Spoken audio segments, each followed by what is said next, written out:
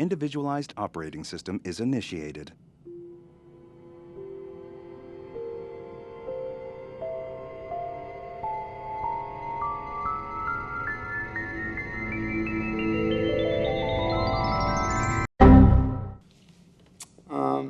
Recently, maybe last month, you forgot your password, but you swore it was this one, or maybe that one? You tried that version where you add an exclamation point, or was another number at the end? Maybe it was that one from last year. May I see my stuff, please? You either reset your password or get it on the 8th try, but either way, the site now wants to make sure you're a real boy. So the electronic bouncer checking ID for sentience has something to show you. And up pops a CAPTCHA, asking you to match the stop signs or make out a word or say if that bike is really a bike. You pay the troll toll and back on your way you go. But did you know that every time you do that, you're freelancing as data entry for some sort of AI model? You see, for self-driving cars to know what a stop sign looks like, it needs to be shown thousands of stop signs. Stop signs at night, stop signs in the day, from the left, right, and far away. And that way, when your self-driving car sees a stop sign, it stops, as opposed to bulldozing into little Bobby sprinting into frame after his ball like a live-action PSA. And that's what we're doing when we check those boxes. We help AI identify our world. Right now, a lot of AI tools are ways to analyze what's there. Midjourney draws from other art and shows what could be from what was. But it's not creating from thin air. Like a lot of us, it's reinterpreting what exists. It's an elaborate Google search. Which for me brings up a slightly existential spiral-inducing question of what these tools are drawing from. Who tells them what is and isn't real? We've all seen those chatbots that turn racist quicker than a suburbanite at a bus stop. But that got me thinking, what if all our movies of dystopian futures, all of our stories of dark inevitabilities, and all of our fear-confirming op-eds are feeding machines and our own imaginations with an imperfect picture? What if we need art that shows the other side? Something a touch brighter, a bit more hopeful. If it's garbage in, garbage out, maybe it's time to put down the garbage. As we grapple with how this new technology might change our future, I think I could use some art that shows it going well. We aren't going to stop the march of AI, but maybe we can redirect the path. Give it different references to go off of. As the current writer's strike highlights the tenuous relationship between our storytelling and AI, I think we should look at not only how AI might affect the industry, but how our storytelling can impact it right back. Which is what draws me to the worlds I see in movies like Kogonada's After Yang or Spike Jonze's Her. Slightly pushing the story aside for now, I bring these two up because I want to highlight art that immerses us in future worlds that feel attainable. Futures where AI actually helps connect us to our humanity. And in telling those stories, we create reality. We need Black Mirror to know the dangers, but we also need After Yang to see the potential. Look, I don't think AI is going to create a utopia. We're too human for that. But instead of only thinking of how it'll destroy jobs and ruin democracy and humanity as we know it, people also need to see the best case scenarios come to life in our stories. So that way we demand it as the future unfurls.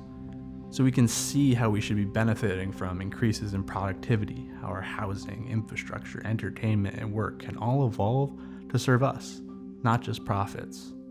If we don't know what to ask for, if we can't imagine a better way, it'll slip by us. If we only know images of dystopia, we're just preparing ourselves to accept it when it's here. I'm not over the moon optimistic of AI on its current trajectory, but when I see scenes in After Yang where the future feels livable, warm, and where our tech feels like it's creating a better future, where tenderness survives, I know that's something we should ask for. What these stories do best is remind us to preserve our humanity amongst the changes. In After Yang, the part that's most cherished of Yang, who's this lifelike AI assistant that was adopted by a family, is how close he feels to human, not in looks or mannerism, but in spirit. It's about how Yang can enhance our connection to the people around us, how he serves to help the family make memories, joy, and life happen. The future maintains a warmth to it. The spaces still feel built for us first, not the machines. And that warmth is crucial. It's what both Kogonada and Spike Jonze do so well. They, along with their art departments, bring these worlds to life with care. It's in the color grade, the set design, the quiet, subtle, caring performances of the cast. The world has changed, but the vibrancy of life remains. And it's in glaring contrast to dystopias where capital T tech means stark white rooms of concrete and glass, colorless jumpsuits, and brutalist architecture. These futures have color, golden hour light streaks, tasteful interior design, and streamlined utilities, but they still feel like a real life. After Yang opens up on Yang setting up a tripod for a family portrait, a quiet moment in an evolved reality, a touch of Ozu carried through to the next century. It's a future where memories are still worth capturing. Yang isn't some overcomplicated tool we come to fear. He adds to the fabric of our humanity instead of conflicting with it. He loves what makes us human. He helps the daughter connect with her heritage in a way her parents can't. Yang loves the truest parts of us and reflects them back. And it's for these reasons that Yang's mechanical failure feels like a death rather than an inconvenience. It's a reminder that as we push to make our lives easier, that we don't forget what makes a life worthwhile. Something I love in both her and After Yang is that these futures don't just cater to the uber elites. A greeting card ghostwriter and a tea shop owner are both able to live these lives. It's attainable, even as Colin Farrell's Jake seeks black market repairs, it's still within reach.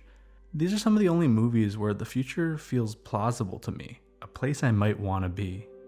Where technology wasn't just a means to a dystopia, but a variation of what already is, and with some luck, even an improvement.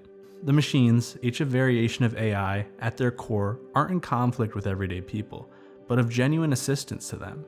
They seek the best in humanity. And with that, I can imagine something I often can't in the futures of science fiction. Hope. Look, this isn't me saying we should buy stock in rose-colored glasses, sunshine, and rainbows. Let's not be naive. The last decade of Silicon Valley's recklessness isn't reassuring. After Yang also quietly brings up the perils of corporate data harvesting, and Her talks about what we lose if we replicate human connection without the humans. I'm just looking for our art to do what it can to present realities we never considered before, and better ones at that. So when our engineers start to build it, they have more to reference than Blade Runner and Orwell. And when they get in a room to create tools that can change our worlds, that they also see futures where people still matter more than the machines. Where we see our collective potential is something to nurture rather than extract. I don't think we're really in control of any of this, and especially the future of these technologies, as much as tech gurus like to pretend. It's moving too quickly for reflection, and there's some well-founded fears. But it's our creativity, our humanity, that gives us a fighting chance. So I guess what I'm arguing for is a slightly delusional hope and representation of that from time to time. So when I ask to see the future, our machines and artists can look back and see a little bit of light.